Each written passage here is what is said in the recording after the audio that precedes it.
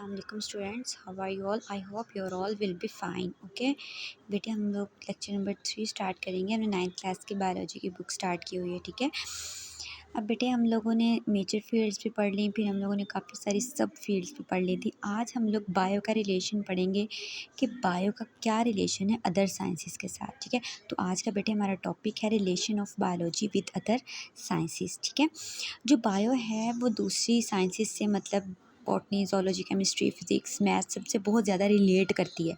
अब वो कैसे रिलेट करती है वो हमने देखना है, ठीक है। जैसे biology closely linked with other natural sciences, ठीक है। उसमें केमिस्ट्री आ सकती है, फिज़िक्स आ सकती है, मैथ आ सकती है, स्टैट आ सकती है।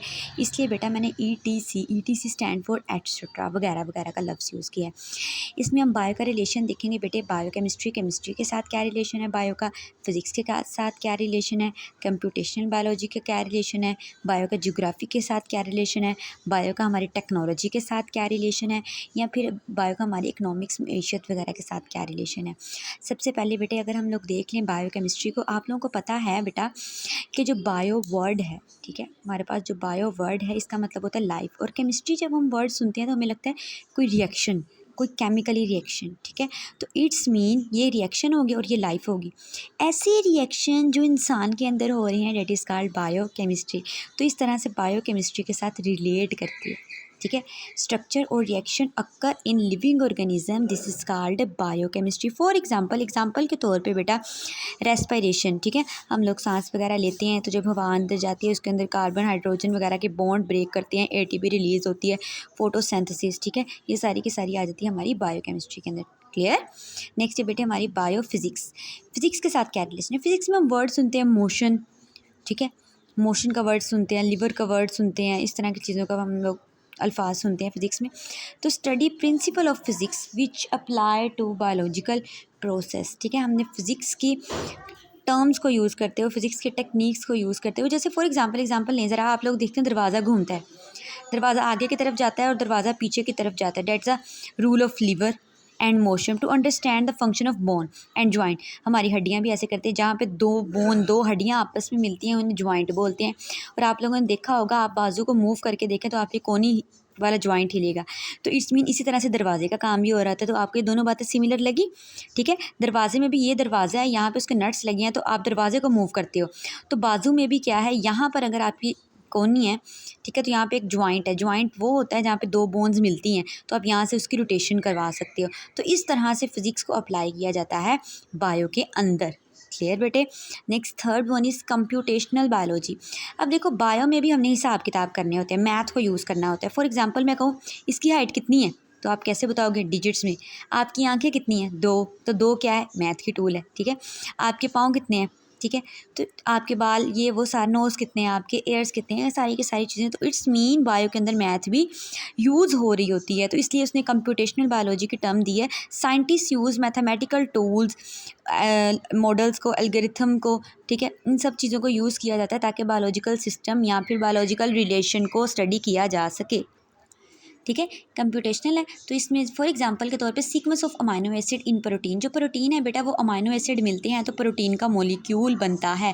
तो कितने अमाइनो एसिड मिले तो हम मैथ्स की फॉर्म में बताएंगे। तो किस में आ गया वो, कंप्यूटेशनल बायोलॉजी में, ठीक है। नेक्स्ट है बेटे हमारा बायो जियोग्राफी। बायो का मीन लाइफ और जियोग्राफी डिस्ट्रीब्यूशन, या आप लोग कह लें एरिया वाइज, ठीक है।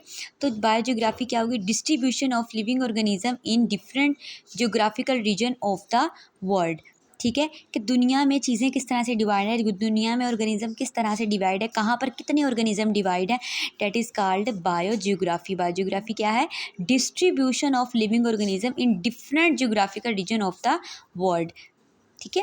नेक्स्ट है बेटे बायोस्टैट। स्टैट को भी हम लोग यूज़ कर रहे होते हैं स्टैट्स में। जैसे आप लोग स्टैट में मीन, मीडियन, मोड वगैरह आप लोगों ने मैथ्स में पढ़ा होगा। Deal with principle of statistics to analyse and interpret data.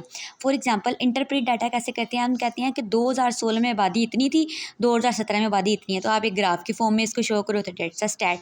तो बायो में बहुत सी और साइंसेज यूज़ हो रही होती है, मैथ यूज़ हो रहा होता है, स्टैट यूज़ हो रहा होता है, केमिस्ट्री यूज़ हो रही होती है, फिजिक्स यूज़ हो रही होती है, सारी की सारी अदर साइंसेज यूज़ हो रही होती है, ठीक है। नेक्स्ट है बेटे हमारे पास biotechnology. Bio mean life, technology advanced form में हम लोग इसको ले जाते हैं।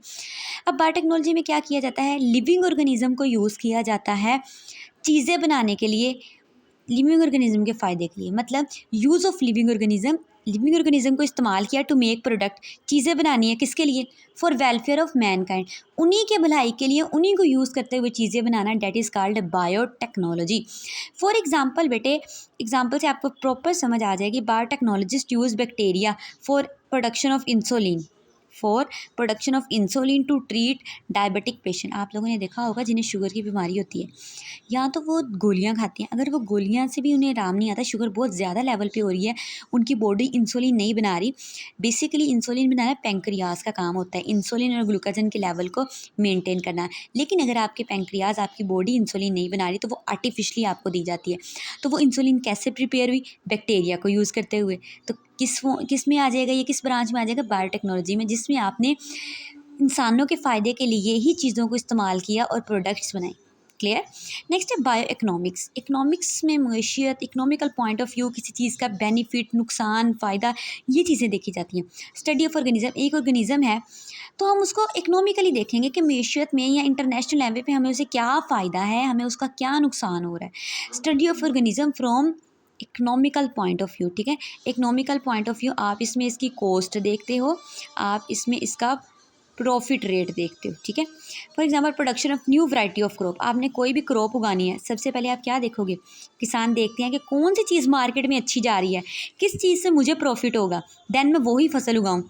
बात समझ में आ रही है। तो डेट्स अ बायो इकोनॉमिक्स, जिसमें किसी भी चीज़ को देखा जाता है इकोनॉमिकली पॉइंट ऑफ व्यू से, उसकी कॉस्ट देख के, उसका प्रॉफिट देख के, देन वो चीज़ ग्रो करवाई जाती है। Date is called bio economics, ठीक है। ये बेटे आज का हमारा टॉपिक था, जिसमें हम लोगों ने relation of biology with other sciences पढ़ा था, जिसमें हमने बायोकेमिस्ट्री पढ़ा, बायोफिजिक्स पढ़ा, कंप्यूटेशनल बायोलॉजी पढ़ा, जिसमें हम लोगों ने बायोजियोग्राफी पढ़ा, बायोटेक्नोलॉजी पढ़ा एंड बायो इकोनॉमिक्स पढ़ा, ठीक है। ओके बेटा, आपको कोई भी क्यूरी हो, किसी भी किस्म का कोई भी मसला हो, आप कमेंट्स में मुझसे पूछ सकते हैं। आप अपना क्वेश्चन मुझे कमेंट्स में दे सकते हैं, ताकि मैं उसका आपको आंसर कर सकूँ। किसी भी किस्म का कोई भी मसला है तो आप मुझे बताएं और मुझसे पूछें। Okay, thank you so much.